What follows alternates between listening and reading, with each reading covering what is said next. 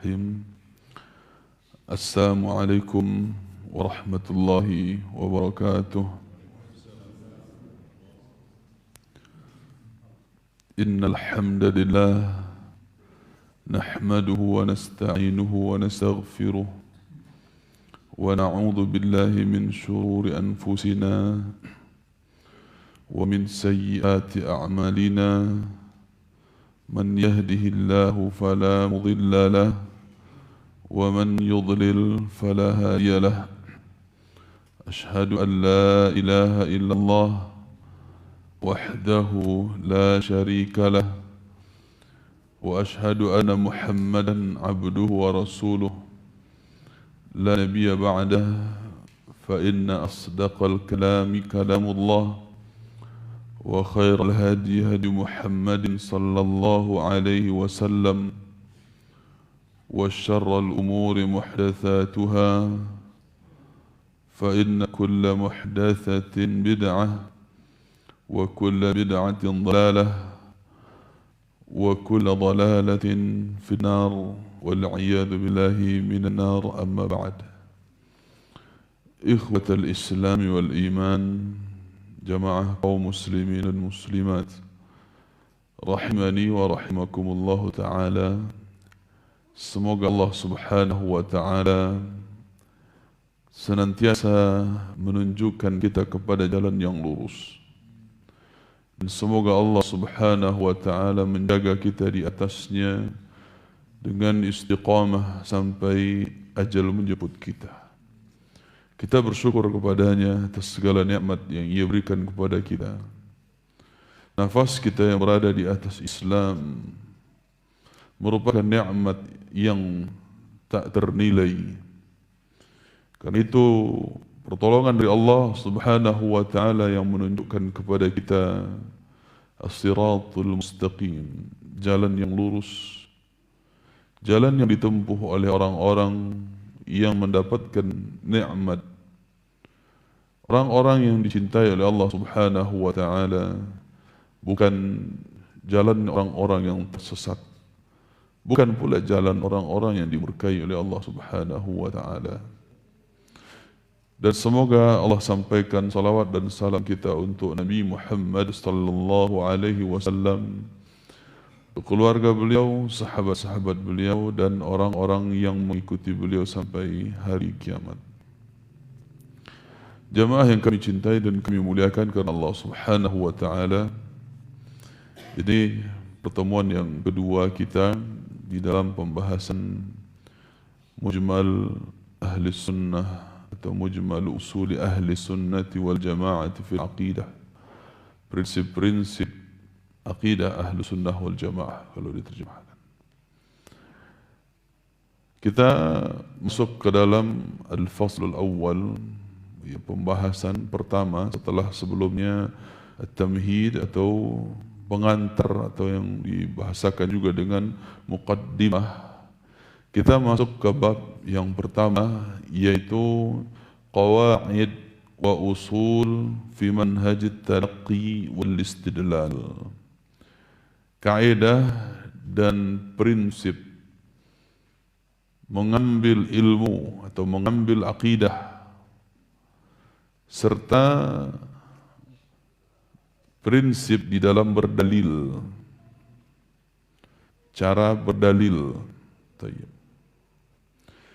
Ini merupakan akidah pokok ahlu sunnah wal jamaah yang membuat mereka berada di atas satu kesatuan yang utuh. Kalau mereka mengambil akidah dengan cara yang sama, dengan metode yang sama, maka seringkali kita saksikan dan kita dapati kaum muslimin di atas manhaj ahlu sunnah wal jamaah, walaupun berbeda daerah, walaupun berbeda negara, maka akidah mereka sama. Walaupun ada seorang da'i yang berada di ujung Indonesia, di Papua, Yang satu lagi berada di ujung yang arah ke Aceh misalnya. Selama manhaj dan masdar talaqi, manhajut talaqi wal istidlalnya, metode mengambil dalil-dalil akidah dan cara berdalil dengannya sama, maka akan kita dapati akidah mereka sama. Walaupun mereka tak pernah bertemu, walaupun mereka tak pernah mengadakan muktamar, tak pernah mengadakan perkumpulan khusus, tetapi Masya Allah, manhaj mereka sama. Begitu pula di luar negeri. Walaupun para masyayikh tidak pernah bertemu dengan seorang dai di Indonesia, tetapi manhajnya bisa sama, akidahnya bisa sama. Begitu juga dengan daerah atau negara-negara yang lain dimanapun di dunia ini, ketika mau bersatu di atas akidah dan manhaj yang benar, maka akan kita dapati tidak ada pemisah dalam diri mereka dalam ranah-ranah akidah. Ranah akidah ini sebagai suatu pokok yang tidak ada perbedaan pendapat di dalamnya. Perkara-perkara yang disepakati oleh para sahabat Nabi radhiyallahu anhum, yang mereka tak pernah berselisih, yang mereka tak pernah berbantah-bantahan dalam perkara-perkara pokok ini. Kalaulah ada perbedaan-perbedaan di antara mereka, maka perlu kita ketahui perbedaan tersebut bukan dalam perkara pokok, akan tetapi persoalan ijtihadiyah, perkara-perkara furu' yang kita kenal dengan istilah fikih.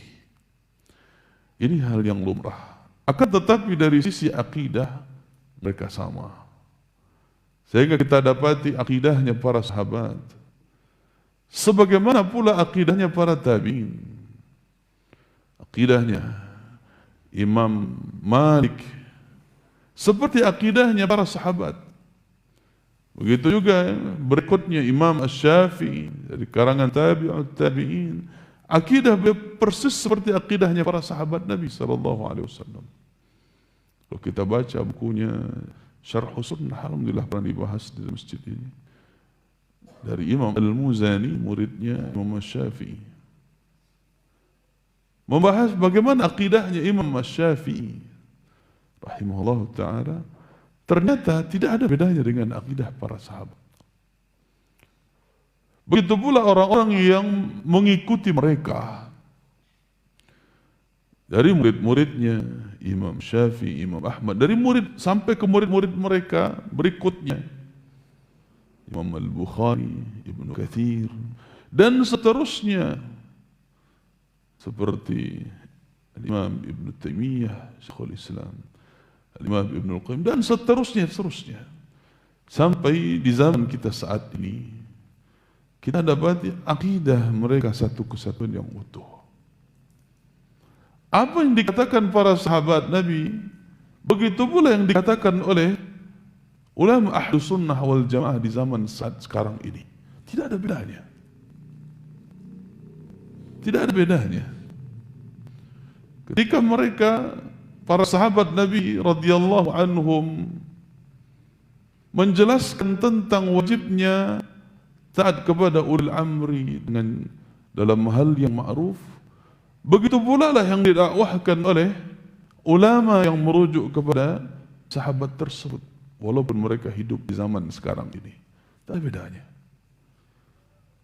Apa yang dikatakan oleh para sahabat radhiyallahu anhum tentang sifat-sifat Allah, apa yang mereka yakini tentang Allah beristiwa di atas arsy, tentang sifat nuzulnya Allah, tanpa perbedaan pendapat dari kalangan para sahabat ketika itu, begitulah yang dibawa oleh ulama-ulama Ahlus Sunnah wal Jamaah hari ini yang tegak di atas manhajnya para sahabat. Sehingga ini sebagai juru kunci dalam persatuan dan kesatuan di atas al-jamaah tersebut. Di atas jamaahnya Nabi sallallahu alaihi wasallam, yakni para sahabat, tabi'in dan tabi'ut tabi'in. Karena satunya masdar atau manhajut talaqqi wal istidlalnya. Karena satu kesatuan mereka di dalam penerapan dan pengambilan dalil-dalil akidah. Sehingga jemaah yang kami cintai dan kami muliakan karena Allah Subhanahu wa taala, yang disebut dengan manhajut talaqqi, ma'rifatul qawaid allati tuhaddadu biha masadirul aqidah, yaitu mengenal kaidah-kaidah yang telah ditentukan, ditetapkan, yang merupakan sumber-sumber akidah, yaitu Al-Quran dan Sunnah. Al-Quran dan Sunnah dan Ijma'. Ini masdarnya atau manhaj talaqqi, ya, metode di dalam mengambil akidah, yang juga akan dijabarkan nanti lebih detail insyaAllah. Ya, ini metodenya dalam mengambil akidah mesti harus dari Al-Quran dan dari As-Sunnah beserta ijma'nya para ulama. Nah, adapun istidlal itu cara berdalil, cara menempatkan dalil dan menyimpulkan hukum dari dalil tersebut. Itu istidlal. Artinya ini adalah pemahaman para sahabat. Ya, pemahaman para sahabat. Jadi akidah itu dibangun di atas Al-Quran, di atas As-Sunnah, di atas Ijma' berdasarkan istidlal, yaitu pemahaman para sahabat. Metode para sahabat Nabi sallallahu alaihi wasallam radhiyallahu anhum. Bagaimana metode mereka di dalam memahami Al-Quran, di dalam mempraktekkan isi kandungan Al-Quran, beserta memahami hadis yang dikatakan oleh Nabi sallallahu alaihi wasallam. Karena jemaah yang kami cintai, banyak orang yang berdalil dengan Al-Quran dan Sunnah, banyak. Tetapi meletakkan dalil ada yang tidak pada tempatnya. Tidak pada tempatnya. Subhanallah. Dia berdalil dengan Al-Quran untuk hal yang keliru. Dia berdalil dengan ayat Allah, wa idza huyyitum bitahiyyatin fahayyu bi ahsana minha aw rudduha. Dalam Al-Quran, kalau engkau diberikan sebuah ucapan selamat, diberikan sebuah ungkapan tahiyyah, ya, sebuah ucapan selamat, maka balaslah dengan ucapan semisal, atau maka balaslah dengan ucapan yang lebih bagus daripada itu, atau minimal yang semisal. Nah, tentunya peletakan dalil ini telah diterapkan dalam urusan para sahabat Nabi radhiyallahu anhum. Lalu muncul orang belakangan yang mengatakan, oh kalau begitu dengan dalil tadi boleh dong mengucapkan selamat Natal sebagai balasan atas ucapan orang-orang Kristen kepada orang Muslim. Subhanallah. Inilah yang dia jadikan dasar untuk menghalalkan kaum muslimin ikut mengucapkan selamat atas penghambaan orang kafir terhadap Nabi Isa. Subhanallah, kalau akidahnya benar, takkan mungkin dia katakan ini. Takkan mungkin ada orang yang mengatakan Allah punya anak lalu dia bilang selamat ya atas keyakinan Anda. Takkan mungkin, takkan rela dia sedikit pun. Takkan rela dia terhadap orang-orang yang menganggap hari ini adalah hari kelahiran anak Tuhan. Takkan rela kalau akidahnya benar. Tetapi lagi-lagi jemaah kami memuliakan, dia menggunakan ayat Al-Quran tetapi tidak pada tempatnya. Inilah yang disebut dengan istidlal tadi. Meletakkan bukan pada pemahaman yang benar. Nah, sehingga dengan itu dia katakan boleh. Sebagaimana orang Kristen mengucapkan selamat hari raya Idul Fitri, maka kita boleh membalas dengan yang lebih baik atau semisal. Maka boleh mengucapkan pula selamat Natal dan Tahun Baru. Subhanallah.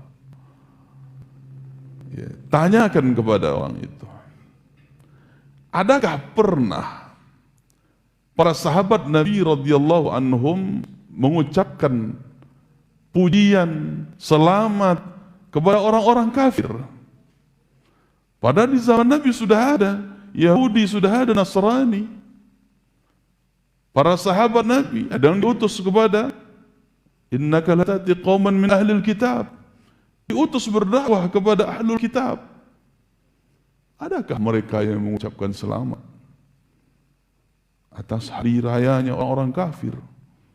Tak akan pernah dalam kitab sirah manapun ditemukan itu. Tak akan pernah. Maka pemahaman ayat tadi, kalau engkau diucapkan sebuah selamat, balaslah dengan yang baik, lebih baik daripada itu, atau yang semisalnya. Ini terkait ucapan antara sesama muslim. Dan begitulah yang dipraktekkan para sahabat. Begitulah yang diajarkan Nabi SAW. Bukan asal-asalan meletakkan ayat. Ayatnya benar, tetapi pemahamannya salah. Kalimatu haqqin urida bihil batil. Kalimatnya benar, yaitu ayat yang disebutkan, tidak ada salah dengan ayat. Tetapi diinginkan kebatilan di balik itu. Dengan meletakkannya pada bukan tempatnya. Sebagaimana ini pernah terjadi di zamannya Khalifah Ali bin Abi Thalib radhiyallahu anhu. Ketika orang-orang Khawarij yang mengkafirkan para sahabat, terutama Ali bin Abi Thalib radhiyallahu taala anhu, waktu itu mereka kafirkan, membawa sebuah ayat, wa man lam yahkum bima anzalallah faulaika humul kafirun. Lantang mereka mengatakan itu, siapa yang tidak berhukum dengan hukum Allah, maka dia kafir. Maka Ali bin Abi Thalib katakan, kalimatu haqqin urida bihil batil. Kalimat itu benar, tapi dia menginginkan kebatilan di balik kalimat yang dia bawa tersebut. Bukan pada tempatnya. Bukan pada tempatnya untuk serampan mengkafirkan seseorang. Karena ada mawani-mawaninya. Ada pencegah-pencegahnya, seseorang itu tidak bisa dikategorikan, divonis langsung kafir. Ada syarat-syarat yang mesti dipenuhi dulu. Tidak serampan, sekilas, ya, sekejap mata kita melihat orang seakan-akan berhukum, menjalankan sebuah aturan yang merupakan bukan aturan Allah dan Rasul, langsung dikatakan kafir. Subhanallah.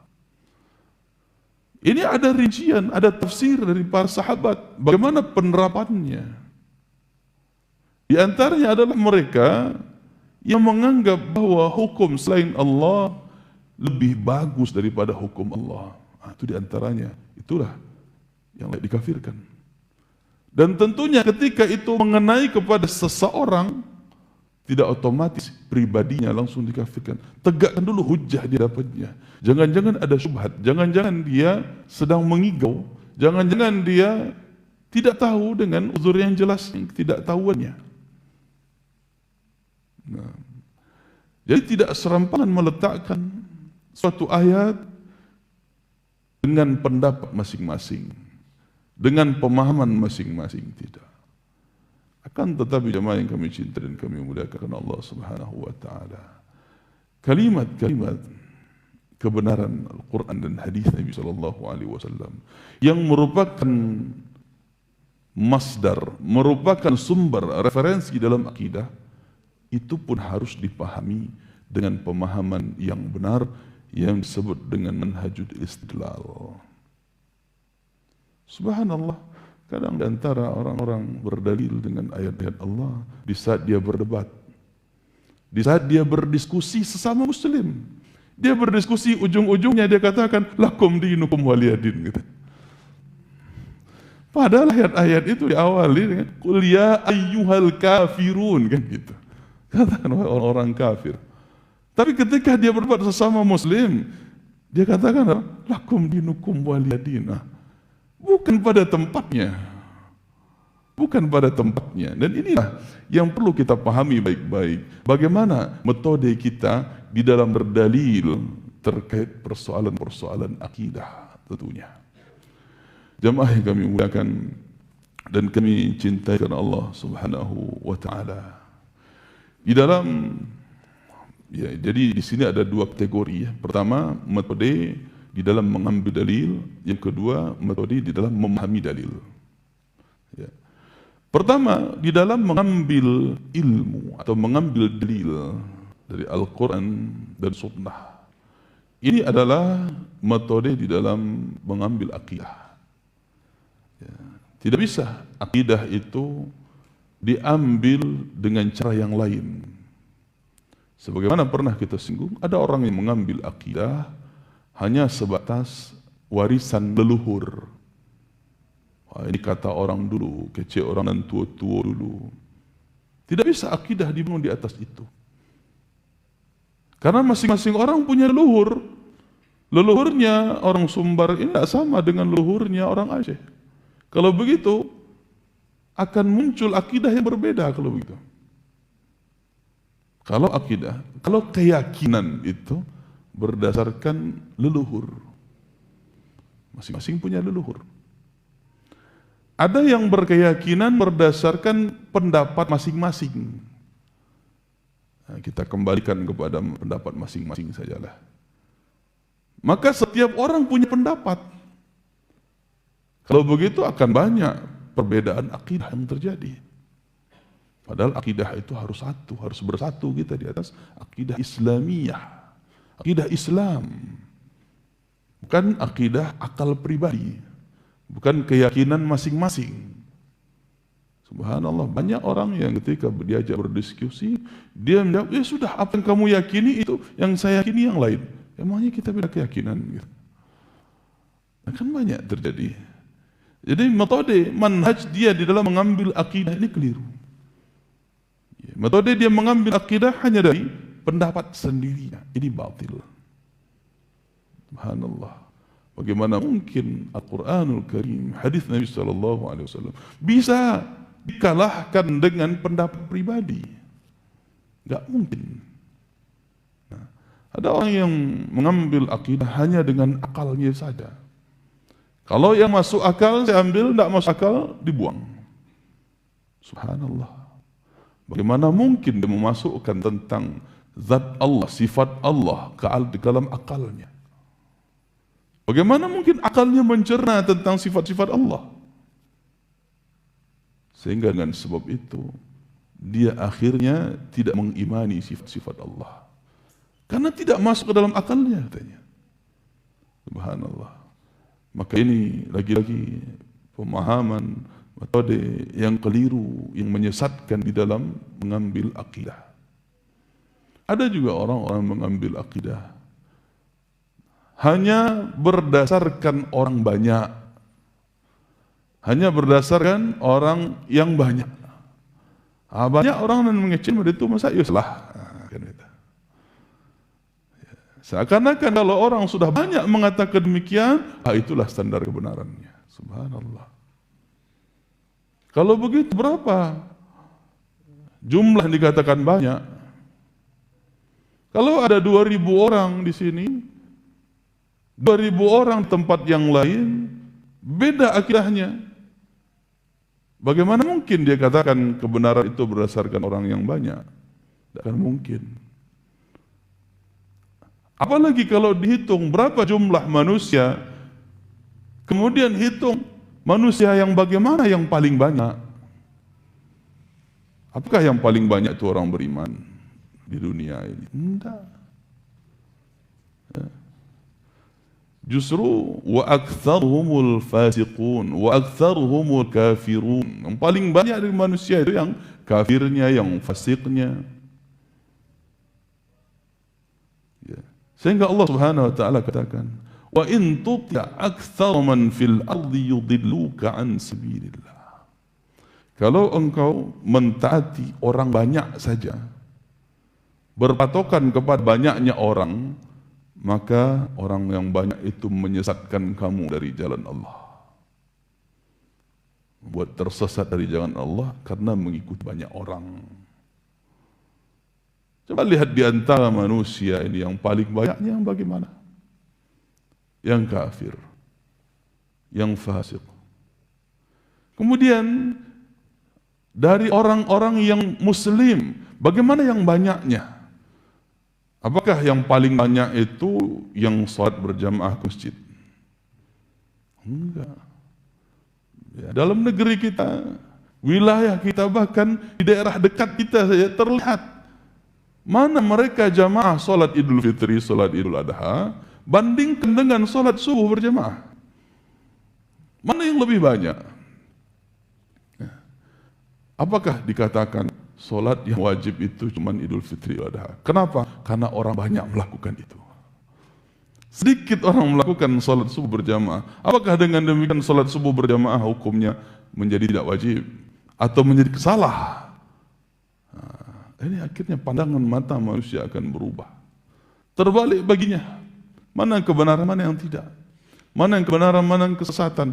Kalau hanya sebatas menilai tentang banyaknya orang, maka akidah itu tidak bisa diambil dengan prinsip orang banyak. Dengan prinsip sudah turun-temurun. Orang banyak melakukan ini sudah turun-temurun. Tidak bisa. Sehingga jamaah yang kami cintai dan kami muliakan karena Allah Subhanahu wa ta'ala. Begitu pula ada orang-orang yang mengambil akidah berdasarkan ketokohan seseorang. Berdasarkan orang terkenal. Orang yang dianggap punya pengaruh di masyarakat. Sehingga menjadi orang yang diidolakan. Diidolakan orang banyak juga. Ini masih terkait dengan yang banyak tadi. Tetapi namanya terkenal. Subhanallah. Ya, jemaah yang kami cintai dan kami muliakan Allah Subhanahu wa ta'ala. Kalau demikian, bagaimana dengan ayat Allah Subhanahu wa ta'ala?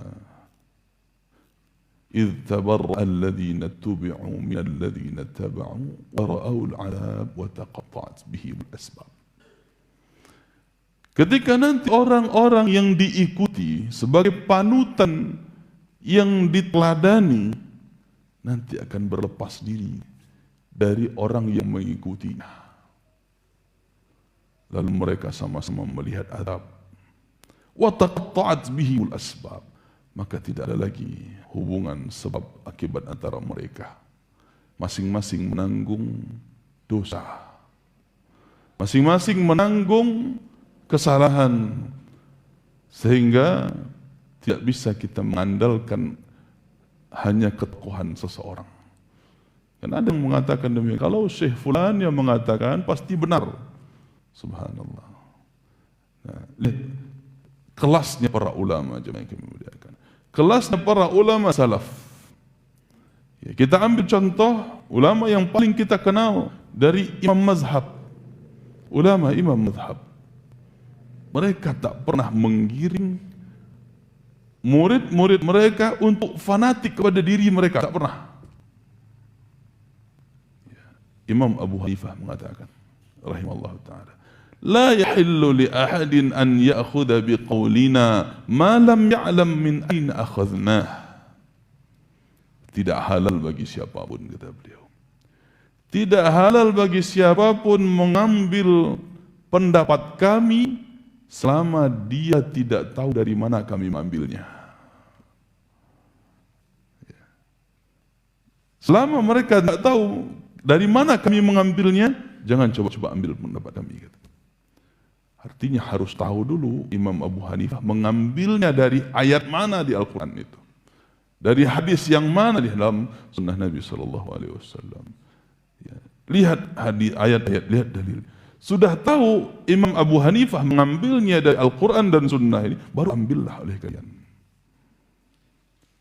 Tidak berpatokan kata Imam Abu Hanifah, tidak. Tetapi bawakan Imam Abu Hanifah berdalil dengan ayat ini, hadis ini. Baru boleh seseorang mengambil perkataan beliau. Kelasnya Imam Malik rahimahullah ta'ala, kata beliau, innama ana basyarun ukhti'u wa usib fanzuru fi ra'yi fakullu ma wafaqal kitab wa sunnah fakhuduh wa kullu ma lam yuwafiq fatrukuh.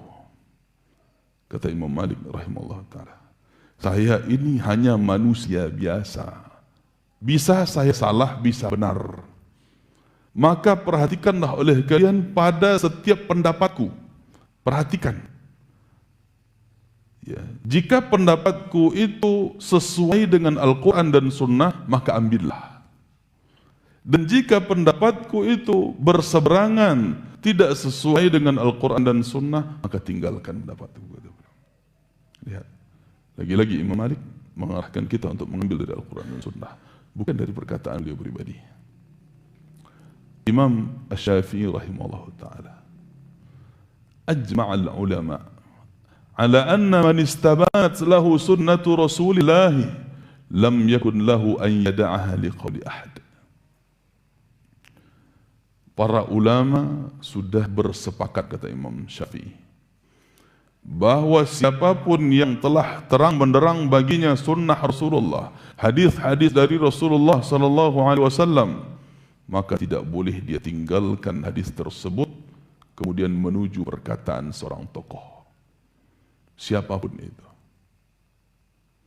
Dalam riwayat yang lain Imam Syafi'i mengatakan, kalau kalian mendapati perkataanku bertentangan dengan Al-Quran dan Sunnah, maka tinggalkan pendapatku. Bahkan dalam riwayat yang lain, lemparkan dia ke dinding. Jangan pakai pendapatku. Masya Allah, para ulama yang tak satu pun di antara mereka yang menyuruh ikuti saya, tak pernah. Tapi ikuti Al-Quran dan Sunnah. Ini prinsip kita beragama, jemaah yang memuliakan. Kemudian Imam Ahmad bin Hanbal rahimahullah ta'ala, la tuqalliduni la tuqallidni wa la tuqallid Malikan wala Syafi'i wala al-Auza'i wala al-Thawri wa khudh min haitsu akhadhu. Jangan engkau taklid kepadaku, jangan engkau fanatik kepadaku, kata beliau. Arti fanatik itu semua yang aku katakan ambil, bukan. Tak boleh demikian, kata beliau. Jangan kau fanatik kepadaku, jangan pula kepada Imam Malik, jangan pula kepada Imam Syafi'i, jangan pula kepada Imam Al-Auza'i, jangan pula kepada Imam Ats-Tsauri. Tetapi ambillah dari mana mereka mengambilnya. Ambillah akidah, ambillah agama ini dari mana para imam itu mengambilnya. Tentunya para imam itu mengambilnya dari Al-Quran dan Sunnah, maka kita ambil juga dari situ. Sehingga mazhab para ulama tersebut, jemaah yang kami muliakan, sebenarnya mengarahkan kita kepada Al-Quran dan Sunnah dengan kesimpulan yang telah mereka susun rapi untuk memudahkan kita. Bukan berarti kita anti mazhab, tidak. Tetapi yang harus ditinggalkan itu fanatik mazhab, berhenti hanya pada perkataan imam tanpa kita lihat dalilnya yang digunakan imam ini mana. Nah, jadi terlarang itu adalah fanatik mazhab. Hanya menganggap satu mazhab saja yang benar, mazhab yang lain ditinggalkan, tak boleh dipelajari. Ini yang keliru. Padahal seluruh mazhab itu, kalau kita perhatikan, mereka mengambilnya dari Al-Quran dan Sunnah. Dan tentunya mereka itu tidak ada yang maksum. Imam Malik katakan, ukhti'u wa usib. Aku bisa salah, bisa benar. Maka dengan demikian timbang perkataanku. Para ulama seluruh mengarahkan demikian.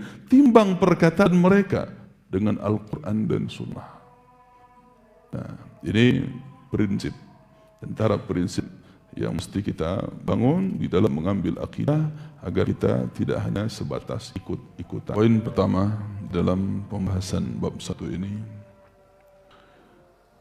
Syekh Nasir bin Abdul Karim Al-Aqal hafizahullah ta'ala beliau katakan, Masdarul aqidati huwa kitabullahi wa sunnatu rasulih sallallahu alaihi wasallam as-sahihatu wa ijma'us salafis salih. Pondasi atau sumber di dalam mengambil akidah adalah Al-Quran, Kitabullah, dan wa sunnatu rasulih sallallahu alaihi wasallam as-sahih. Sunnah atau hadis Nabi sallallahu alaihi wasallam yang sahih, hadis-hadis yang sahih. Yang ketiga, wa ijma'us salafis salih, adalah ijma' atau kesepakatannya para ulama terdahulu yang saleh, yaitu para sahabat tabi'in dan tabi'un tabi'in. Baik, kita bahas yang pertama, jemaah yang kami muliakan Allah Subhanahu wa taala. Tentunya pembahasan ini berdalil sebagaimana dalam hadis Nabi sallallahu alaihi wasallam dikeluarkan oleh Imam Malik dalam kitab Muwatta beliau, taraktu fikum amrayni lan tadillu ma tamasaktum bihima kitab Allah wa sunnat Nabi. Rasulullah sallallahu alaihi wasallam bersabda, aku tinggalkan kepada kalian 2 perkara yang kalian tak akan pernah tersesat selama-lamanya apabila berpegang teguh kepada keduanya, yaitu Al-Quran dan sunnah nabinya. Al-Quran dan sunnah Rasulullah sallallahu alaihi wasallam. Kita ketahui sunnah itu maknanya hadis. Semua yang datang dari Nabi sallallahu alaihi wasallam, baik perkataan beliau ataupun perbuatan beliau ataupun persetujuan beliau terhadap perbuatan sahabat beliau, maka itu adalah hadis atau disebut dengan nama lain adalah as-sunnah.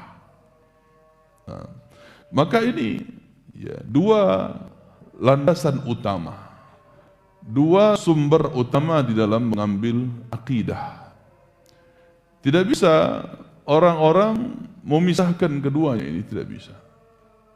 Kalau ada orang mengatakan bagi saya cukup Al-Quran saja, tidak bisa ambil hadis, maka ini keliru. Maka ini sebuah kesesatan. Lihat perkataan Ibnu Hazm, bahkan rahimahullah ta'ala beliau menukil ijma' dalam hal ini. Ya. Wa nuqila al-ijma' ala dhalika katsirin min ulama al-Islam, seperti Imam Kasyafi'i, kemudian Imam Ibnu Abdul Bar, Ibnu Hazm, Ibnu Taimiyah, Ibnu Qayyim. Kata mereka, ya, ijma' para ulama tentang walau anna imra'an qala la na'khudh illa ma wajadna fil Qur'ani lakana kafiran bi ijma'il ummah. Kalau ada satu orang atau beberapa orang, siapapun yang mengatakan kami cukup mengambil dari Al-Quran saja, tidak mau mengambil dari hadis Nabi, maka jelas dia kafir. Kita ulangi, kalau ada seseorang mengatakan saya cukup mengambil agama ini dari Al-Quran saja, tidak mau mengambilnya dari hadis, maka dia kafir sesuai kesepakatan para ulama. Maka jemaah yang kami cintai dan kami muliakan karena Allah Subhanahu wa taala, Al-Quran sebagai wahyu, sebagaimana hadis Nabi sallallahu alaihi wasallam juga wahyu datang dari Allah Subhanahu wa taala. Allah katakan, "Wa ma yantiqu 'anil hawa in huwa illa wahyun yuha." Nabi Muhammad itu tak pernah berkata dari diri beliau sendiri, dari pendapat beliau, tak pernah. Tapi yang beliau ucapkan itu adalah wahyu yang diwahyukan kepada beliau. Sehingga beliau menjelaskan Al-Quran, litubayyina lin-nasi ma nuzzila ilaihim. Allah jelaskan demikian. Wahai Muhammad, agar engkau jelaskan, agar engkau terangkan kepada manusia tentang apa yang diturunkan pada mereka, tentang Al-Quran. Jadi sunnah Nabi SAW itu menjelaskan Al-Quran secara detailnya. Maka tidak mungkin bisa orang berlepas diri dari sunnah, cukupkan diri pada Al-Quran, tidak bisa. Karena saling terkait. Ada hukum-hukum yang global, yang umum pada Al-Quran, itu dirincikan jelas detail di dalam hadis-hadis Nabi SAW. Contohnya perkara-perkara salat, yang di dalam Al-Quran tidak disebutkan berapa rakaatnya, apa rukunnya, apa wajib-wajib, dan disebutkan. Namun disebutkan secara globalnya saja, aqimus shalah. Bagaimana iqamatus shalah? Itu di dalam hadis Nabi SAW, sallu kama ra'aitumuni usalli. Salatlah kalian sebagaimana kalian melihatku salat. Mendirikan salat itu sebagaimana yang dilakukan oleh Nabi SAW.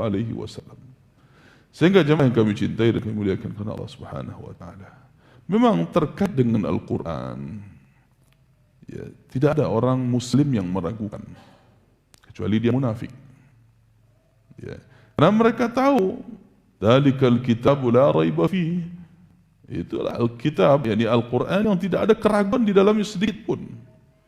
Nah, tetapi berkaitan dengan hadis, mereka mulai ragu. Ya, mereka mulai meragukan.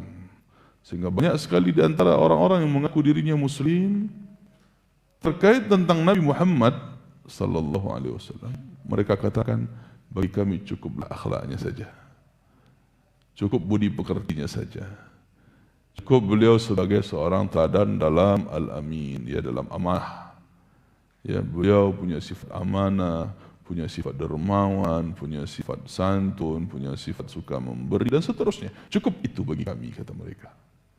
Hadis-hadisnya bagaimana? Tidak bisa dipercaya. Subhanallah. Karena mereka mengatakan demikian. Kan hadis-hadis itu ada yang dhaifnya. Maka nggak bisa hadis itu dipercaya. Kan begitu. Kalimat ringkas mereka. Hadis-hadis itu kan ada juga yang palsunya. Maka semua hadis itu nggak bisa dipercaya. Subhanallah. Saulih nasi kanai namun aku kotoran cacak aku, bercampaan sekali. Subhanallah. Ya, dibuang semuanya, dipukul rata. Ya, padahal masih bisa dipilah, ini yang kotornya. Masih bisa disingkirkan yang kotornya. Masa ya kan naik najis baju aku sudah tu bawa akak selesainya. Saya tidak kena najis, kena buang air. Tiba kasih serawalai. Subhanallah.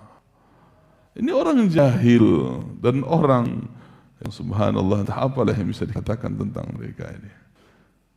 Hanya dengan alasan demikian mereka membuang hadis Nabi SAW. Betul, ada hadis yang palsu, ada hadis yang dhaif. Makanya kita belajar, tinggalkan hadis-hadis yang palsu dan dhaif itu, selesai. Kan ada yang sahihnya banyak. Itu yang kita pelajari dan itu gunanya kita belajar. Untuk memilih mana hadis-hadis yang sahih. Minimal kita ikuti dulu mana nih takhrijnya para ulama tentang hadis-hadis ini. Ya, kalau kita belum cukup ilmunya untuk mentakhrij sendiri, minimal lihat mana takhrij para ulama yang mendasar. Ya. Subhanallah, ini hanya gara-gara ada beberapa hadis yang dhaif, ada yang maudhu, yang palsu, akhirnya dibuang semua. Ya, dengan hanya alasan demikian saja. Jamaah yang kami cintai dan kami muliakan karena Allah Subhanahu wa taala. Maka orang-orang yang beriman, yang benar akidahnya, adalah mereka yang mengambil akidah itu dari Al-Quran sekaligus dari hadis Nabi sallallahu alaihi wasallam. Wa huwa at-tariqu ila ma'rifatillahi wa syar'ihi. Dan itulah Al-Quran, sunnah sebagai jalan untuk mengenal Allah dan syariat-syariatnya. Wa qad awdaha Allahu fihi haqa'iqal aqidah wa qadayaha awdaha bayanin. Dan Allah Subhanahu wa taala telah menjelaskan di dalamnya hakikat kebenaran-kebenaran akidah ini dan konsekuensinya dengan penjelasan yang sangat jelas.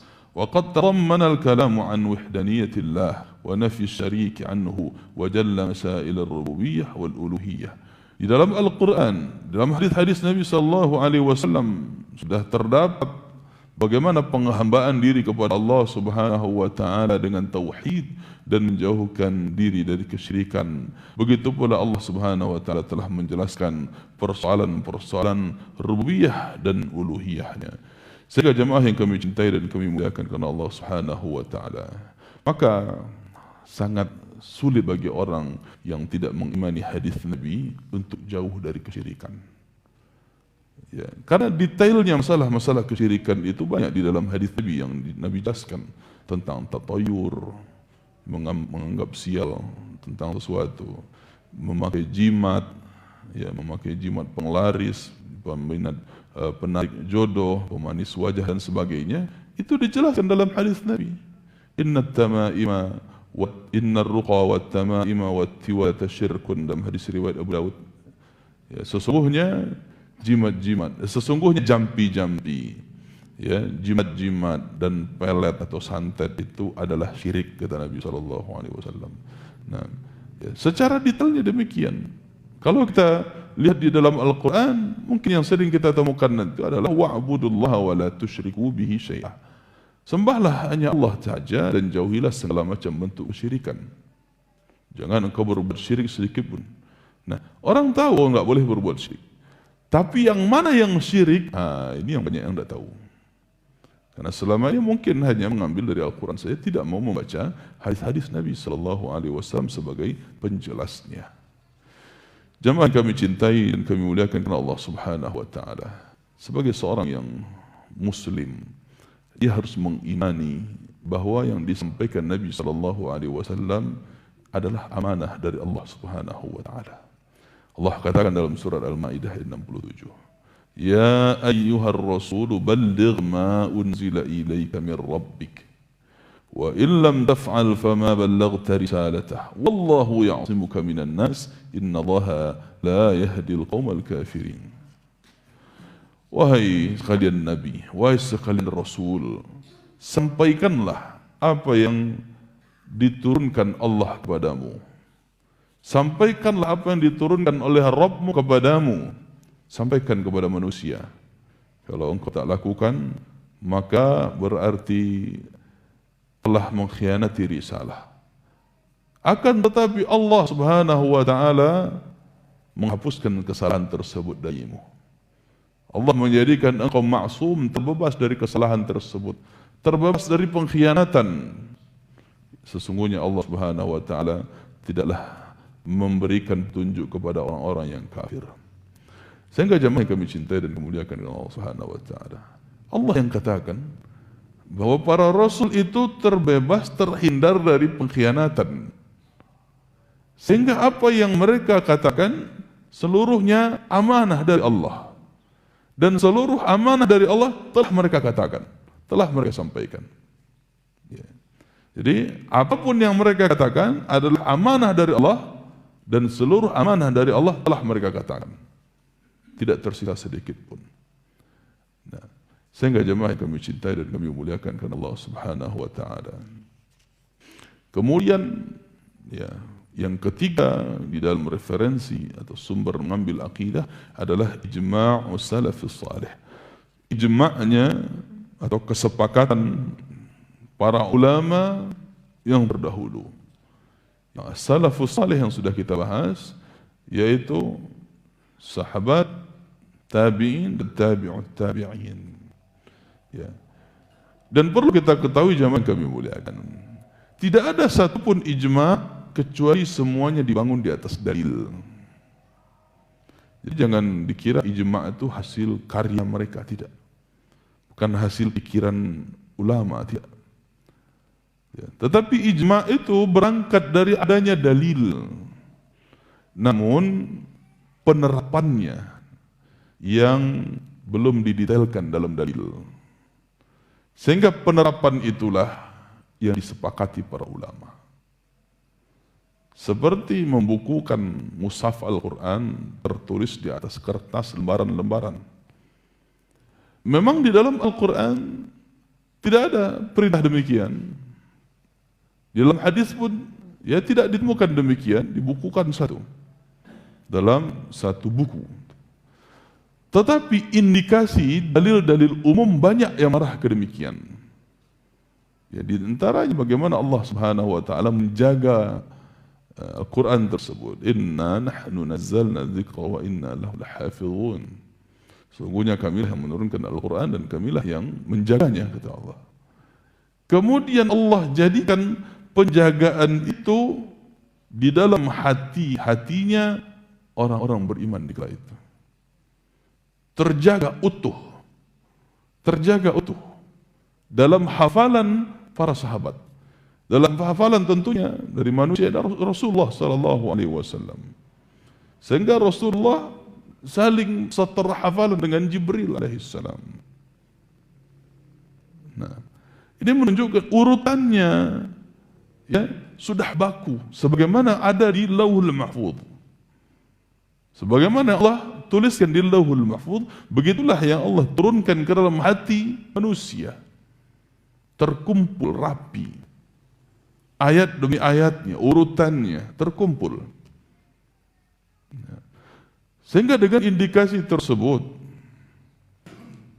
ketika wafatnya Rasulullah sallallahu alaihi wasallam dan terjadinya pergolakan, perperangan, akan banyaknya terbunuh di antara para sahabat Nabi sallallahu alaihi wasallam yang huffaz, yang penghafal, yang qurra, yang mereka menghafal Al-Quran dalam dada mereka, namun mereka terbunuh. Mereka terbunuh dalam berbagai peperangan. Sehingga para sahabat ya, mengutarakan sebuah ide, melihat bagaimana ini para penghafal Al-Quran sudah banyak yang berguguran. Kita khawatir bagaimana nanti generasi ke depan apa yang akan mereka pegang dari Al-Quran ini gitu. Maka mereka berijma', bersepakat di dalam menyatukan mushaf Al-Quran ini ke dalam satu tulisan, ya, ke dalam satu buku. Ya, yang sebagaimana yang kita lihat hari ini, yang sudah berapa kali ya revisi percetakannya tanpa revisi. Bagaimana dia tulis di awalnya begitulah tulisan sampai hari ini, yang sifatnya tauqifiyah, wahyu dari Allah Subhanahu wa taala. Ya, tidak berubah. Hanya saja diberikan kemudahan-kemudahan di dalam membacanya. Di antara kemudahan awal yang membuat orang orang-orang ajam, orang-orang yang tidak kenal bahasa Arab tapi mudah bisa juga membacanya, yaitu di antaranya titik. Huruf-huruf dahulu itu ada titiknya, ada nuqtah. Sekarang ada ta, ada 2 titik, nun ada 1 titik, ta ada 3 titik, dan seterusnya. Ini merupakan ya tanda untuk memudahkan bacaannya persis. Nah, supaya tetap dibaca persis sebagaimana dia diturunkan. Kemudian diberikan lagi kemudahan yang lain. Ya, ini baru ya, ijtihadnya para ulama, hanya untuk memudahkan, bukan untuk merubah sama sekali, tidak. Tapi mereka mengupayakan bagaimana dia dibaca di awalnya, begitulah sampai hari ini sampai kepada kita. Bagaimana dia dibaca oleh Rasul sallallahu alaihi wasallam, begitulah sampainya nanti kepada kita. Sehingga dibuatkan kemudahan-kemudahan saja. Di antaranya tanda wakaf. Ya, tanda-tanda wakaf. Ya, ada wakaf yang wajib berhenti, ada yang boleh berhenti, ada yang disambung lebih afdal, ada yang yang berhenti lebih afdal, dan seterusnya. Itu untuk memudahkan membacanya, supaya tidak merubah maknanya. Sehingga jemaah yang kami cintai dan kami muliakan karena Allah Subhanahu wa taala, maka kita imani kebenaran Al-Quran yang ada hari ini sebagaimana ia persis sebagaimana dia diturunkan ketika Al-Quran itu diturunkan oleh Allah Subhanahu wa taala. Maka tidak ada keraguan sedikit pun dalam diri kita. Maka dalam hal ini pula ijma'nya para sahabat ketika itu di dalam ya mengumpulkan mushaf Al-Quran. Maka ini salah satu ijma', salah satu contohnya. Ya, begitu pula ijma' para sahabat dalam perkara-perkara yang lain. Kalau kita baca di kitab-kitab yang menunjukkan tentang ijma', para sahabat sepakat tentang penetapan nama-nama dan sifat-sifat Allah seluruhnya tanpa mereka pilih-pilih dengan akal mereka sama sekali. Tentang ijma'nya para sahabat terkait dengan ulil amri kaum muslimin. Ijma'nya para sahabat ya tentang perkara-perkara iman, tentang rukun Islam, tentang kewajiban-kewajiban yang sifatnya pasti qat'i, tentang hal-hal yang sudah diketahui oleh mereka ketika itu tanpa ada perselisihan, ya, baik perkara-perkara tersebut adalah ranah-ranah akidah ataupun ijma' dalam persoalan fikih itu sendiri, seperti hukum salat. Mereka ijma' para sahabat, tidak ada satupun yang mengingkari bahwa salat 5 waktu itu wajib, tidak ada satupun.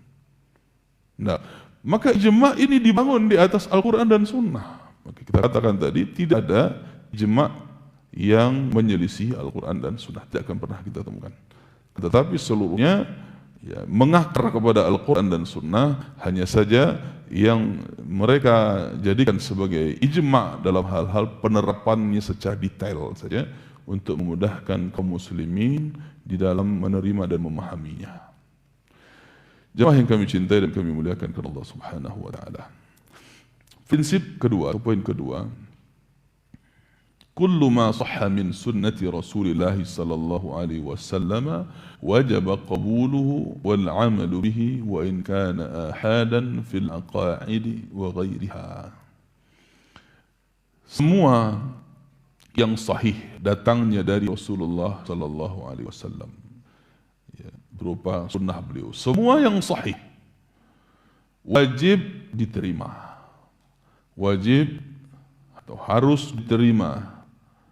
Wa in kana ahadan, walaupun derajatnya diriwayatkan secara ahad, secara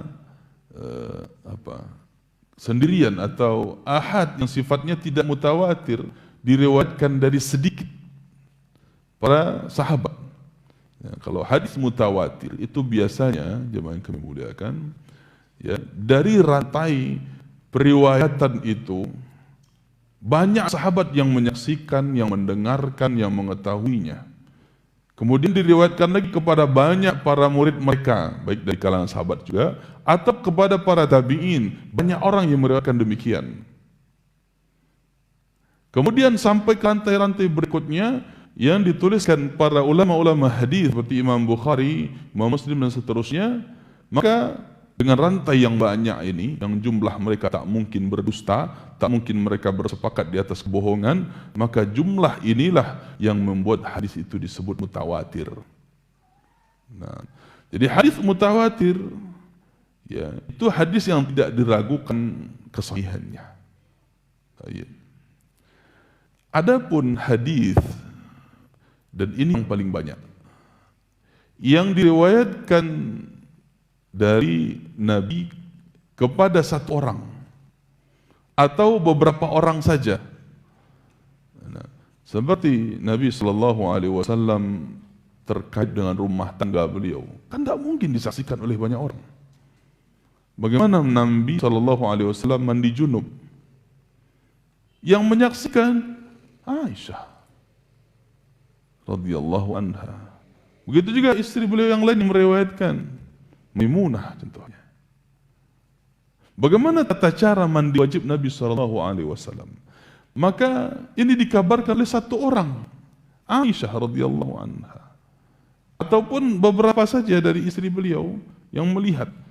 Ya tentunya tidak mungkin para istri itu rame-rame nonton Nabi mandi, tidak. Satu orang. Karena Nabi, ya tentu ketika mandi wajib itu berada pada rumah satu orang di antara istri beliau. Maka yang meriwayatkan hadis tentang masalah privasi Nabi SAW, ya, untuk diambil ilmu di dalamnya, itu melalui hadis ahad namanya. Hadis ahad. Barulah nanti Aisyah radhiyallahu anha mengabarkan kepada para sahabat, ya begini tata cara mandi Nabi, diceritakan. Nah, diceritakan untuk diambil ilmu tentang itu. Nah, begitu pula tentang hadis-hadis yang lain yang sangat banyak, yang Nabi berduaan dengan siapa? Bilal. Ya, dengan Mu'adz bin Jabal di antaranya. Ya. Tentang ma haqqullah 'alal 'ibad wa ma haqqul 'ibad 'ala Allah. Ketika Nabi SAW memboncengi Mu'adz di atas keledai. Kemudian Nabi bertanya, apa Allah atas hamba dan apa hamba atas Allah? Itu Nabi berdua-duaan dengan Mu'adz.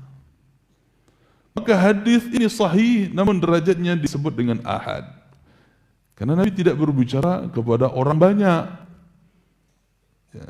Nah ini salah satu ya, bentuk hadis-hadis yang disebut dengan hadis-hadis ahad ataupun mutawatir. Maka jamaah yang kami cintai, akidah atau prinsip seseorang wajib dia menerima hadis Nabi SAW walaupun itu ahad. Tentunya selama hadis itu sahih. Nah, kalau tadi hadis mutawatir sudah pasti kesahihannya tidak diragukan oleh siapapun. Adapun hadis ahad, hadis ini ada tingkatan-tingkatan. Ada yang derajatnya sahih, ada yang derajatnya hasan, ada yang derajatnya dhaif, ada juga yang derajatnya maudhu'. Nah, hasan itu sifatnya sahih. Nah, adapun yang dhaif ataupun yang maudhu' ini tidak bisa diambil dalam perkara-perkara akidah. Kecuali dhaif yang tidak kuat kedhaifannya dan dia hanya sebagai pendukung untuk hadis-hadis yang sahih. Barulah hadis dhaif ini bisa dipakai. Yang sifat derajat kedhaifannya itu tidak terlalu dhaif. Kemudian sifatnya hanyalah sekunder, pendukung untuk hadis-hadis yang sahih. Kemudian dia tidak bertentangan dengan hadis-hadis yang sahih. Nah, barulah hadis yang dhaif ini bisa dijadikan pedoman. Namun tetap saja seseorang tidak boleh mengatakan bahwa itu kata Rasulullah SAW. Karena menyandarkan sesuatu ucapan kepada Rasulullah, padahal Rasulullah tidak mengatakan itu. Maka Nabi katakan apa? Man kadzdzaba alayya muta'ammidan falyatabawwa maq'adahu minan nar, kata beliau. Siapapun yang berbicara, yang mengatakan sesuatu dariku padahal aku tidak mengatakannya. Artinya siapa yang berbohong atas namaku, kata beliau. Nabi mengatakan, padahal Nabi tidak mengatakan itu. Tapi orang ini mengatakan bahwa Nabi mengatakan, maka hendaklah dia mengambil tempat di neraka. Dosa besar. Ya, dosa besar ketika kita menyandarkan suatu perkataan kepada Nabi SAW padahal Nabi tidak mengatakannya. Sehingga jamaah yang kami cintai dan kami muliakan karena Allah Subhanahu wa taala, ini diantara penjagaan Allah Subhanahu wa taala terhadap agama Islam adalah ketika Allah munculkan orang-orang yang ahli dalam ilmu hadis. Sehingga melalui mereka kita mengenali mana hadis sahih dan mana hadis dhaif dan mana hadis yang palsu tadi. Ada ulama-ulama ahlul hadis yang mereka sangat memiliki perhatian yang besar terhadap ilmu hadis itu sendiri. Mereka mengenali siapa perawi hadis, siapa rijalul hadis, siapa ulama-ulama yang meriwayatkan hadis ini mereka kenali dengan kapan lahirnya, kapan meninggalnya, di mana dia tinggal, ya, bagaimana karakternya, apakah hafalannya kuat, apakah mereka itu ya yang kuat amanahnya, adilkah orangnya, tidak berbuat fasik dan seterusnya. Sehingga mereka memperhatikan setiap hadis yang datang. Ini dari siapa? Oh, dari fulan bin fulan. Siapa dia? Ini namanya nasabnya. Bagaimana orangnya? Orangnya begini, begini. Kalau orangnya dikenal sebagai orang yang jujur, kuat hafalannya, amanah, baru boleh diambil hadisnya. Ya. Tetapi kalau seseorang itu berdusta, berbohong, ya, pernah dalam suatu riwayat yang disebutkan para ulama, ya, melihat karakter orang yang meriwayatkan hadis. Kalau dia berbohong, walaupun kepada binatang, maka belum bisa diambil hadis darinya. Dicari jalan yang lain.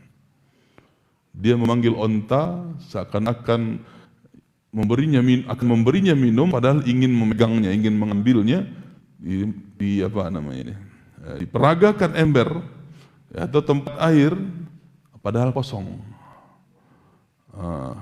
Ketika datang ontanya, kena, diambil. Nah, orang seperti ini tidak bisa diterima hadisnya, ya, karena kebohongannya kepada binatang itu bisa jadi, walaupun mereka tidak mengklaim pasti dusta, tapi bisa jadi dia akan bermudah-mudahan untuk berbohong kepada orang lain. Ini bisa jadi, walaupun kalau sekarang ya, untuk kalau perawi hadis ada sekarang ini berapa banyak orang membawa kucing, ya, padahal tidak makanan ke dia. Ya. Tidak bisa diterima hadisnya, gitu kan? Alhamdulillah masa periwayatan hadis sudah lewat. Ya. Walaupun ini sekarang belum bisa dijadikan indikasi ini orang pendusta, pembohong, belum bisa. Tapi ini menunjukkan kehati-hatian para ulama di dalam mengambil hadis. Dari siapa dia mengambil? Inna hadzal ilma dinun fanzur amman ta'khuduna dinakum. Agama inilah ilmu, maka perhatikanlah dari mana kalian mengambil ilmu kalian. Nah, sehingga muncul kitab para ulama seperti Imam Bukhari, ada kitab Jarh wa Ta'dil yang sifatnya, yang fungsinya itu untuk menjaga keutuhan hadis. Bukan untuk menggibahi orang, bukan. Walaupun disebutkan di situ, fulan bin fulan ini kadzab, pendusta, pembohong, ya, mungkarul hadis, ya dia banyak lupanya, banyak bohongnya. Ini bukan ghibah. Ini bukan menggibahi dia, tetapi ini tujuannya untuk menjaga hadis, supaya tidak diambil dari orang-orang yang begitu. Nah, maka dalam Jarh wa Ta'dil itu dilihat rincian yang fulan bin fulan. Ini jemaah yang kami muliakan, di antara penjagaan Allah Subhanahu wa taala terhadap agama ini, karena hadis itu adalah wahyu. Tadi dikatakan in huwa illa wahyun yuha. Hadis atau ucapan Nabi SAW itu adalah wahyu yang diturunkan oleh Allah kepadanya. Maka tentunya Allah menjaganya. Sehingga jemaah yang kami cintai dan kami muliakan Allah Subhanahu wa taala, dan sehingga terbukti kalau bahwa penjagaan Allah terhadap hadis ini, ketika adanya hadis-hadis dhaif, hadis-hadis palsu tersebar, pasti ada orang yang mengkritiknya. Pasti.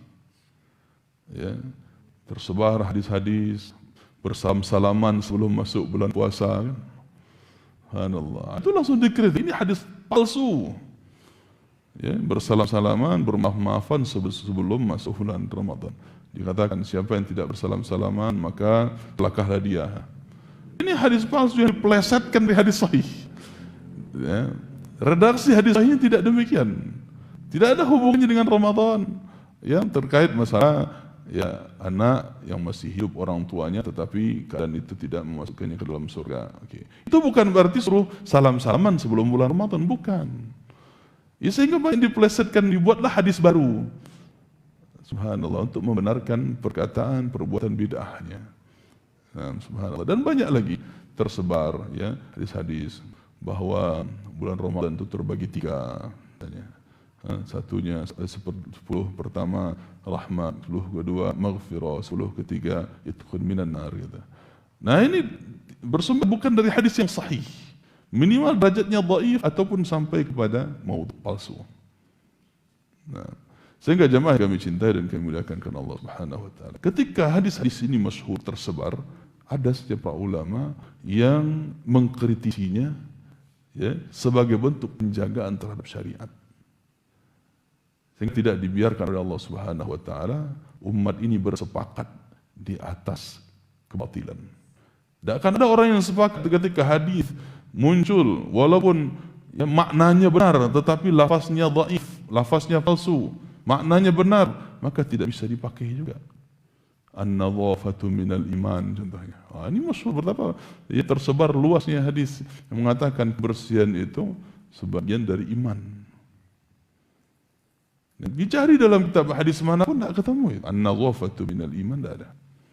Hanya saja di dalam kitab Sahih Muslim ditemukan at-tahur syatrul iman. Kesucian itu adalah bagian dari iman.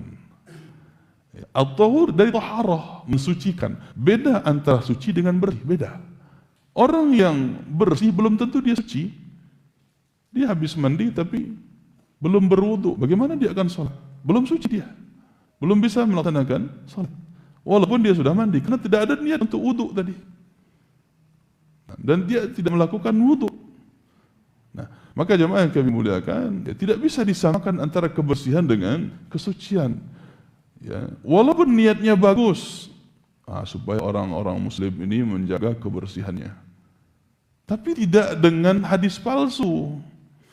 Tidak dengan memberikan ungkapan-ungkapan yang menyandarkan kepada Rasulullah, pada Rasul tidak mengatakan itu. Maka ini diantara hal-hal yang sangat membahayakan. Ya, apalagi ancamannya falyatabawwa maq'adahu minan nar. Hendaklah dia mengambil tempat duduknya di neraka. Sehingga jemaah kami cintai dan kami muliakan karena Allah Subhanahu wa taala, maka wajib bagi kita mengambil hal yang sahih yang datang dari Nabi Muhammad sallallahu alaihi wasallam. Dan wajib kita beramal dengannya. Kita terima dan kita amalkan. Bukan sekadar diterima, iya-iyakan saja tapi tidak diamalkan. Ini juga keliru. Ya. Maka akidah Ahlussunnah wal Jamaah itu sekaligus dengan amalnya. Bukan sekadar keyakinan saja. Sekaligus mengamalkan. Baru dia katakan akidahnya benar. Walaupun itu hadis sifatnya ahad sebagaimana kita jelaskan tadi, walaupun itu dalam perkara-perkara akidah ataupun juga dalam perkara-perkara muamalah ataupun perkara-perkara yang lainnya, ya, selama hadis itu sahih wajib untuk kita terima, wajib untuk kita amalkan dan wajib untuk kita ambil dan kita imani bahwa itu wahyu dari Allah Subhanahu wa taala. Allah katakan dalam surat Al-Hasyr ayat yang ke-7, "Wa ma ataakumur rasulu fakhudhuhu wa ma nahakum anhu fantahu." Apa yang datang dari Nabi Muhammad sallallahu alaihi wasallam maka ambillah, dan apa yang beliau larang maka tinggalkanlah. Demikian jemaah kami cintai dan dimuliakan karena Allah Subhanahu wa taala. Dua poin yang kita bahas dalam perkara metode ulama salaf dalam mengambil akidah. Insyaallah kita lanjutkan kepada sesi tanya jawab.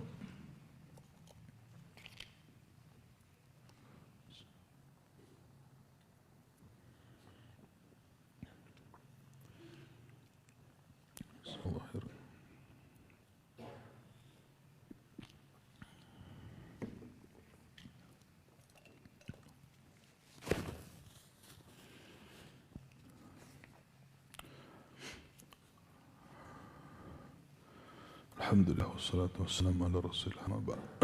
Assalamualaikum warahmatullahi wabarakatuh. Mohon penjelasan bagaimana seseorang mengambil dasar-dasar atau dalil untuk ikut merayakan Maulid Nabi. Dan saya pun heran bagaimana dia tidak ikut merayakan kelahiran Nabi Isa alaihi salam. Syukran, semoga Allah Ta'ala menjaga san wa yakum. Jamaah yang kami cintai dan kemuliakan kepada Allah Subhanahu wa taala. Ini tadi yang kita tekankan di awal. Ya. Adanya orang-orang yang berdalil dari Al-Quran dan Sunnah, tetapi tidak meletakkannya pada pemahaman yang benar. Nah, mereka yang merayakan perayaan Maulid, itu mereka mengklaim, mengaku mereka pakai dalil. Di antara dalil yang mereka pakai itu dalam Al-Quran, wa mubasysyiran bi rasulin ya'ti min ba'di ismuhu Ahmad. Nabi Isa itu sebagai orang yang memberi kabar gembira bahwa akan muncul seorang nabi setelahku yang bernama Ahmad. Ini salah satu nama dari nama Nabi Muhammad SAW. Jadi lihat mereka, Nabi Isa saja mengabarkan tentang kegembiraan. Masa kita enggak gembira? Subhanallah. Ya. Nabi Isa bahagia, gembira dan menyampaikan kabar gembira. Maka kita harus gembira juga dengan kelahiran Nabi Muhammad, kata mereka. Ya. Dan banyak lagi. Ya. Terkait dengan hadis juga mereka pakai. Ketika Nabi ditanya tentang puasa hari Senin. Nabi ditanya tentang puasa hari Senin. Nabi jawab, itulah hari aku dilahirkan. Nah, itulah hari aku dilahirkan. Sehingga mereka mengklaim, wah kalau begitu kita harus rayakan hari kelahiran Nabi. Terlalu simpel mereka mengambil pemahaman, entah dari mana. Nah, sekarang lihat bagaimana pemahaman para sahabat Nabi radhiyallahu anhum. Adakah di antara mereka yang membuatkan perayaan tentang hari kelahiran Nabi sallallahu alaihi wasallam? Tidak ada satupun para sahabat yang merayakan hari kelahiran Nabi SAW. Tidak ada satupun. Bahkan istri beliau yang paling beliau cintai dan paling mencintai beliau, tidak pernah kita dengar Aisyah radhiyallahu anha membuatkan sekarang kita peringati hari ulang tahunnya Nabi Muhammad SAW. Tidak pernah ada.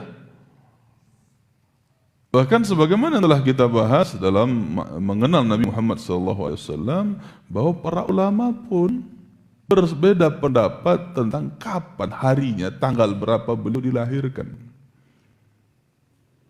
Karena perhitungan ketika itu baru tahun gajah, belum ada tahun Hijriah. Dan orang-orang pun tidak begitu memperhatikan tentang penanggalan, tanggalnya.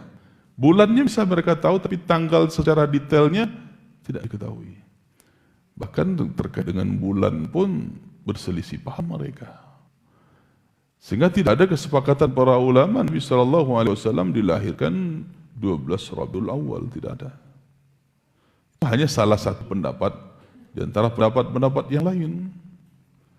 Adapun tentang hari wafatnya Nabi SAW, iya jelas 12 Rabiul Awal. Jadi ditanyakan kepada mereka, apakah yang kau rayakan sebenarnya? Hari kelahiran Nabi kah? Atau hari kematian Nabi SAW? Apakah dia bergembira tentang wafatnya Nabi SAW di tanggal 12 Rabiul Awal itu? Nah, tentunya ini ya kembali kepada persoalan yang tadi, ya, tidak selamanya orang yang berdalil membawa Al-Quran dan Sunnah kemudian memahaminya dengan pemahaman yang benar, tidak. Maka lihat bagaimana pemahaman para sahabat. Tidak ada satupun yang merayakan hari kelahiran Nabi SAW. Tidak ada satupun.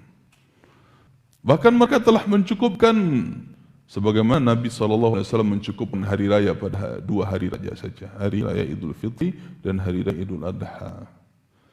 Tidak ada juga mereka yang merayakan tahun baru Hijriah. Tidak ada. Walaupun Umar bin Khattab radhiyallahu ta'ala yang menetapkan penanggalan ketika itu sebagai 1 Hijriah adalah hari hijrah Nabi SAW dari Makkah ke Madinah, Umar bin Khattab tak pernah melakukan perayaan tahun baru Hijriah. Tak pernah ada. Maka perayaan dalam Islam dicukupkan dengan Idul Fitri, Idul Adha, kemudian ditambah 1 pekanan yaitu hari Jumat sebagai hari pekanan. Nah, sehingga jamaah yang kami cintai dan kami muliakan karena Allah Subhanahu wa taala, ya. Bagaimana kita kalau ditanyakan, kapan kita mengingat kan melihat Nabi itu membaca sirah Nabi, mempelajari sunnah Nabi. Maka tidak bisa sirah sunnah Nabi itu dipelajari sekali setahun, tidak.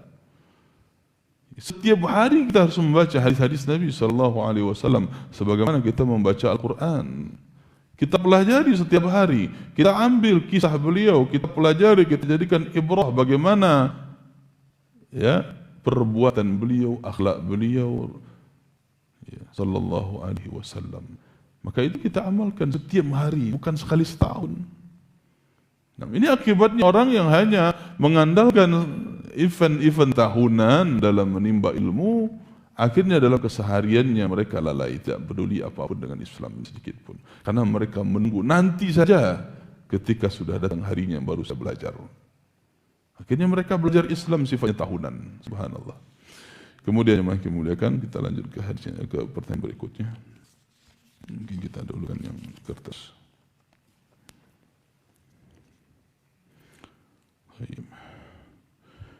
Apa yang harus dilakukan seorang anak ketika mendapati ayahnya berselingkuh? Subhanallah, waliyadzubillah. Anak seperti membenci ayah anak, sedangkan agama kita menyuruh berbuat baik kepada orang tua. Dan apa yang harus dilakukan oleh ibu anak yang juga mengetahui hal itu? Barakallahu fikum. Jemaah yang kami cintai dan kami muliakan karena Allah Subhanahu wa taala. Pertama, perlu kita pahami baik-baik. Tunaikan hak kita. Tunaikan kewajiban kita, adapun hak kita minta kepada Allah. Itu pertama. Kewajiban kita sebagai apa dulu? Sebagai anak.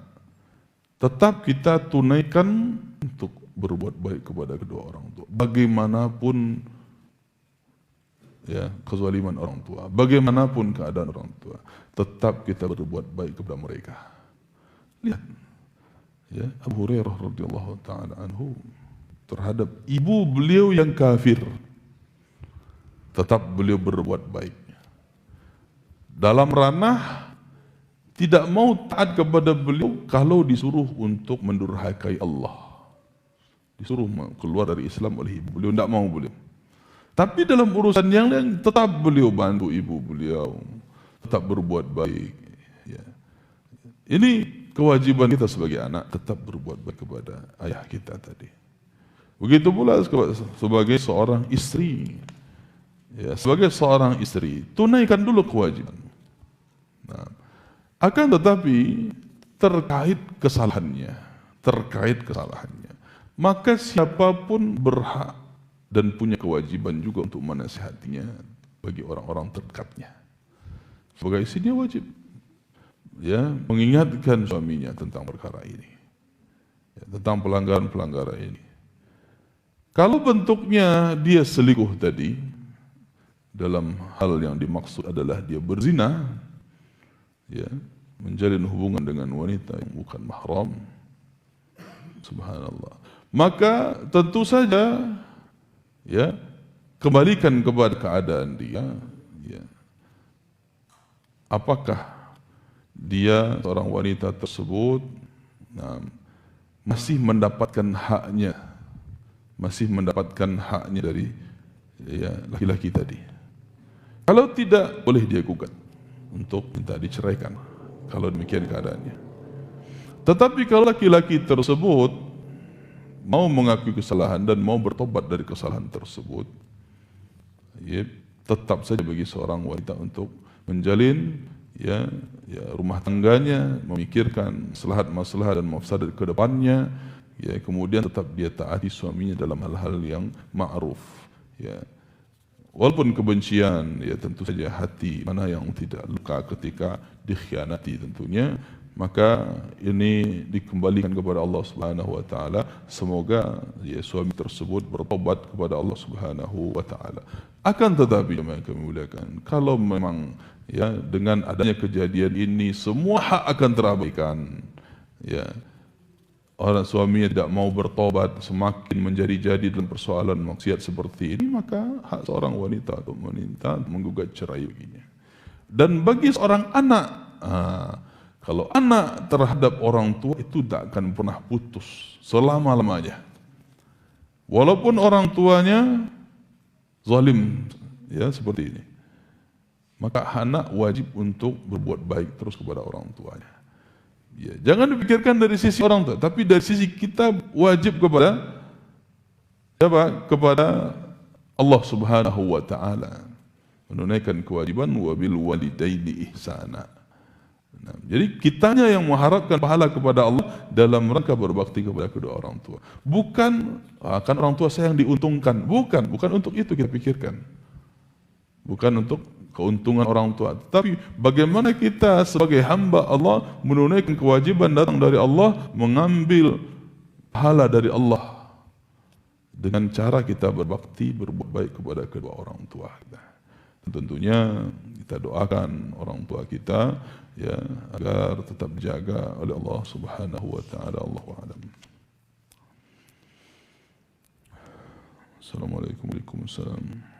Barakallahu fiikum barakallah. Ana sering sekali merasa futur.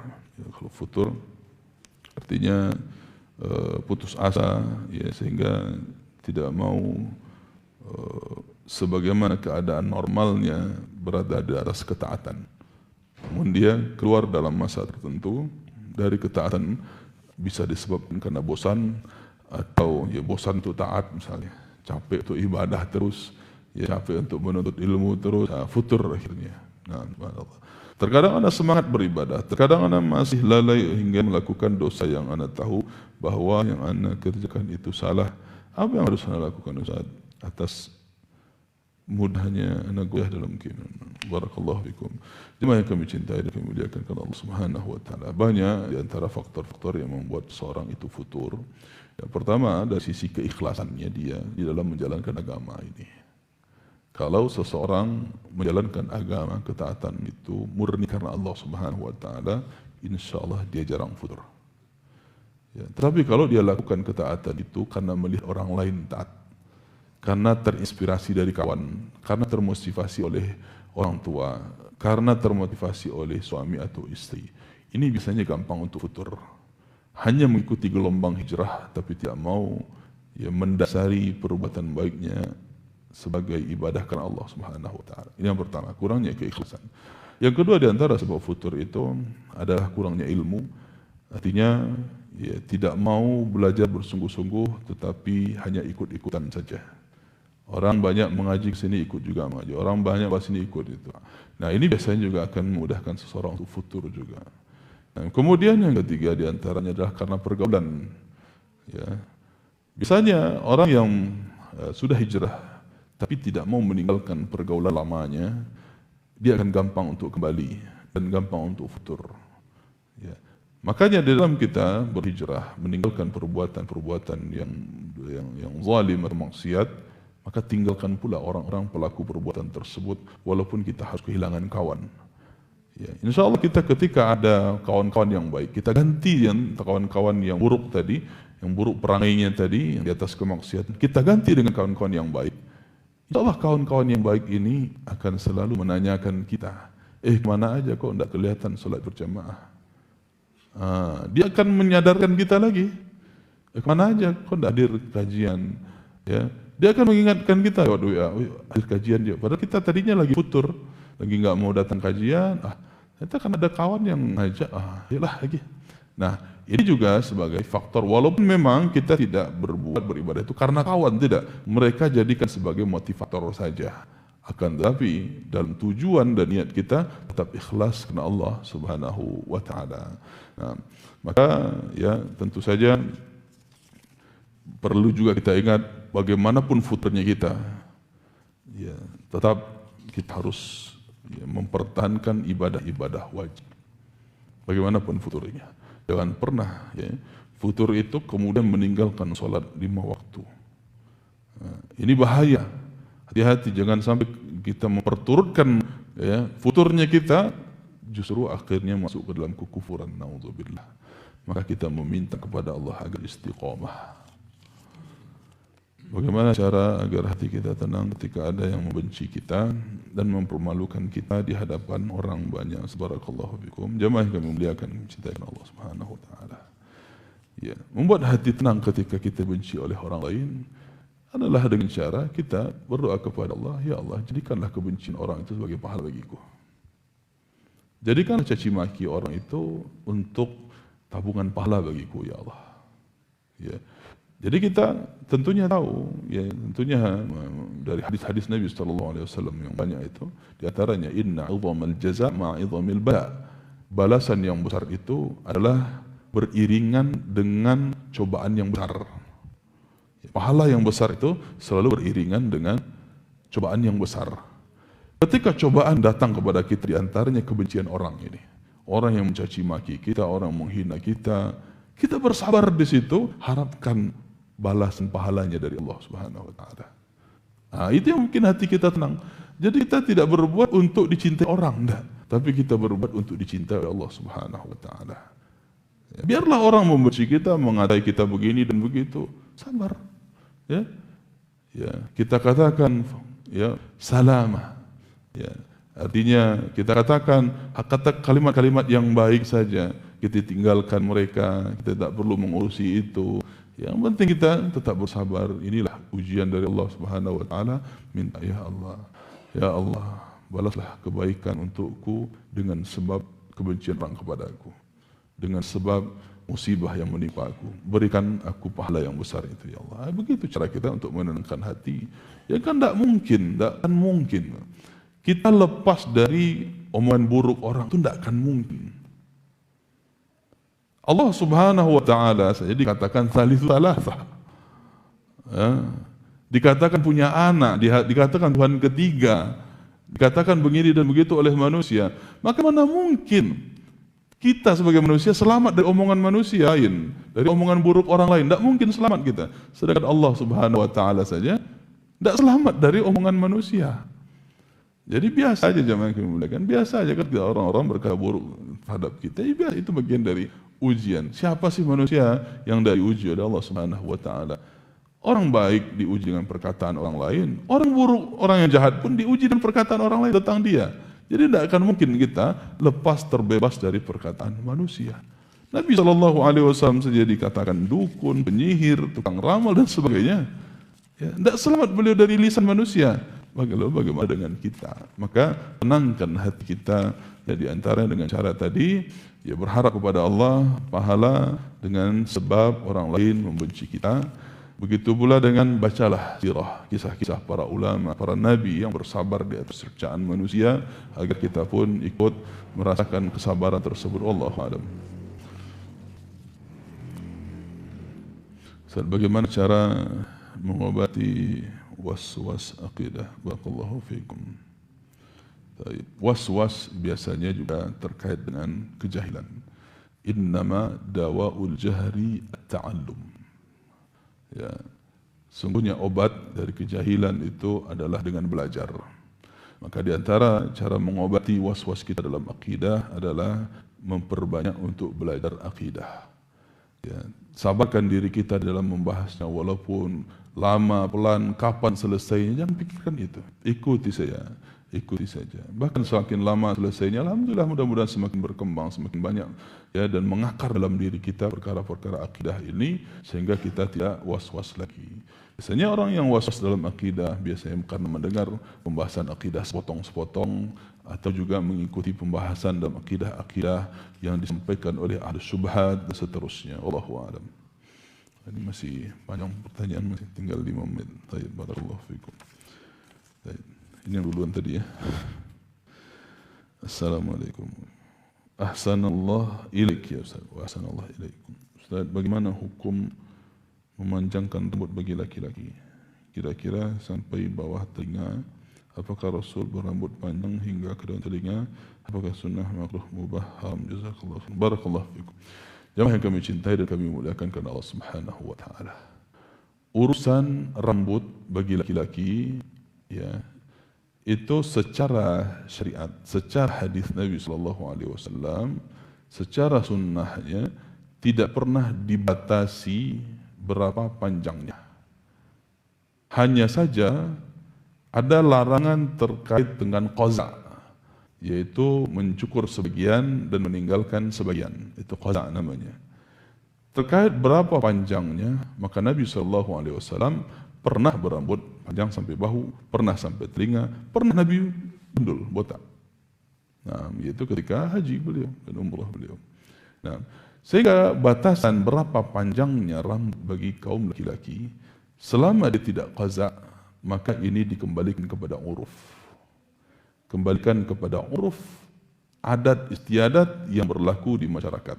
Ini selama tidak bertentangan dengan Al-Quran dan Sunnah, ya, tentu dikembalikan kepada uruf yang berlaku di masyarakat. Ya. Bagaimana uruf masyarakat kita terkait rambut? Ma'ruf di masyarakat kita, dikenal secara luas bahwa kaum terpelajar itu begini rambutnya, kaum tak terpelajar itu begini rambutnya. Itu sudah ma'ruf dengan masyarakat kita. Tidak bisa dipungkiri. Kalau laki-laki berambut panjang itu, tidak tahu orang tidak beraja, orang tidak beraja sekalipun tahu, sialah aja kau. Ya, di nenek-nenek di warung pun akan menilai itu. Kau dah jalih orang kau dah, kan gitu. Karena itu yang ma'ruf di masyarakat kita. Kalau laki-laki berambut panjang, itu ada sesuatu, gitu jadinya. Ya, walaupun tidak kita pungkiri sebenarnya hukum berambut panjang tidak bisa kita katakan haram secara syariat. Tetapi ketika uruf menghakiminya sebagai suatu keburukan, maka berlaku kaidah al-'ad muhakkamah. Ya, adat, kebiasaan, uruf itu menjadi penetapan hukum. Maka dengan demikian dibencilah berambut panjang di daerah-daerah, negara-negara yang urufnya adalah laki-lakinya berambut pendek. Nah, apalagi masyarakat Indonesia, ya, itu kan diperiksa anak-anak sekolah, diperiksa rambutnya. Diperiksa, ini rambutnya berantakan, ini rambut panjang, ini akhirnya jadi persoalan di dalam masyarakat kita. Bahkan subhanallah, Ya, ini jadi salah satu indikasi premanisme juga, Pak. Wah, ini kalau udah rambut panjang masuk kampung, aku preman dari mana kok? Kan gitu. Akhirnya uruf orang sudah terbentuk bahwa laki-laki yang terpelajar, yang baik, itu rambutnya rapi begitu. Nah, ini sudah terbentuk dengan itu, maka kembali kepada kaidah tadi al-'adah muhakkamah. Nah, kemudian jemaah kami muliakan, ya ini pun kita terapkan di sekolah, di pondok ya. Bagaimana mengingkari yang tadi rambutnya supaya tidak panjang, kemudian tidak kozak. Nah, kan ini yang jadi masalah. Ada orang-orang di sekolah-sekolah memang rambutnya tidak panjang, ya tapi di sini cukur habis, di sini ditinggalkan, gitu. Gaya-gaya Korea kan, gaya boy band Korea, ya. Atau gaya pemain bola. Di sininya dicukur habis, dan di sini panjangnya ditinggalkan. Nah itu bagian dari kozak tadi. Maka kita terapkan ya aturan, ya rata saja, rata. Kalaupun berselisih sedikit, bagian bawah ini paling pendeknya boleh di tapak nomor 2. Bagian tapak cukur ya, kan ada ukuran tapaknya itu, nah, nomor 2. Bagian atasnya paling panjang nomor 4. Nah itu saja supaya tampak rapi, rata, ya rapi dan tidak kozak, begitu diantaranya. Allahu a'lam.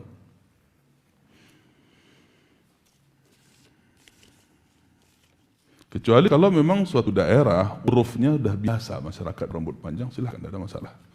Ya, karena uruf ini tidak terkait juga dengan secara masyarakat umum Indonesia. Bisa di suatu kampung itu sudah biasa melihat laki-laki berambut panjang, ya ahlan wa sahlan, tafadhal. Kalau memang tidak dianggap sesuatu yang menyelisihi uruf. Allahu a'lam. Mohon penjelasan Ustaz, pemberitaan tentang akidah, terutama tentang alam gaib hingga penjelasan dalil proses yang bakal terjadi di alam akhirat, banyak dan umumnya terdapat dalam hadis qudusi.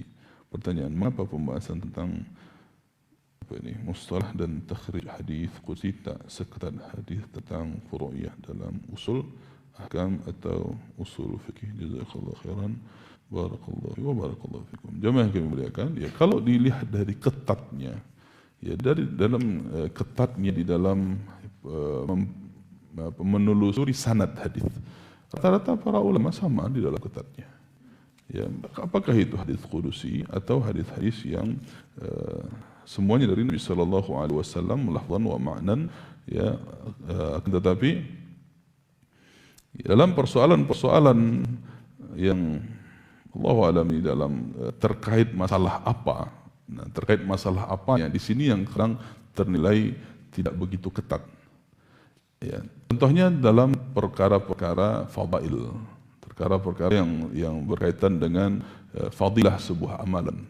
Nah, terkadang perkara seperti ini memang ya, penilaian hadis-hadis yang terjadi itu tidak sangat ketat sebagaimana hadis terkait dengan ahkam dan hukum. Nah, karena ya seperti Ibnu Hajar rahimahullah taala, beliau yang diantaranya yang membolehkan menggunakan hadis dhaif selama itu terkait dalam fadail amal. Artinya untuk memotivasi saja. Hadis-hadis yang terkait dengan motivasi. Maka kalaupun dia hadis dhaif tetap dipakai sehingga tidak ketat penyeleksian para ulama tentang persoalan seperti ini. Nah, begitu juga tentang hadis qudsi, apabila dia terkait dengan fadail tadi, maka begitu juga tidak ketatnya penyaksian para ulama terhadap rawi-rawinya, karena dia tidak berselisih, tidak bertentangan dengan hadis yang dhaif, kemudian dia juga tidak dipakai di dalam ahkam ataupun akidah, tetapi hanya digunakan dalam persoalan-persoalan motivasi saja atau disebut dengan fadilah suatu amalan. Ini saya yang kami ketahui tentang bagaimana biasanya tegas atau ketatnya penyeleksian para ulama hadis terkait hadis-hadis yang ada. Wallahu a'lam, barakallahu fikum. Mudah-mudahan bermanfaat apa yang kita bahas, khususnya untuk kami yang menyampaikan. Barakallahu fikum. Segala kebenaran datang dari Allah Subhanahu wa taala, adapun kesalahan, kekeliruan datangnya dari diri kami yang lemah dan dari syaitan.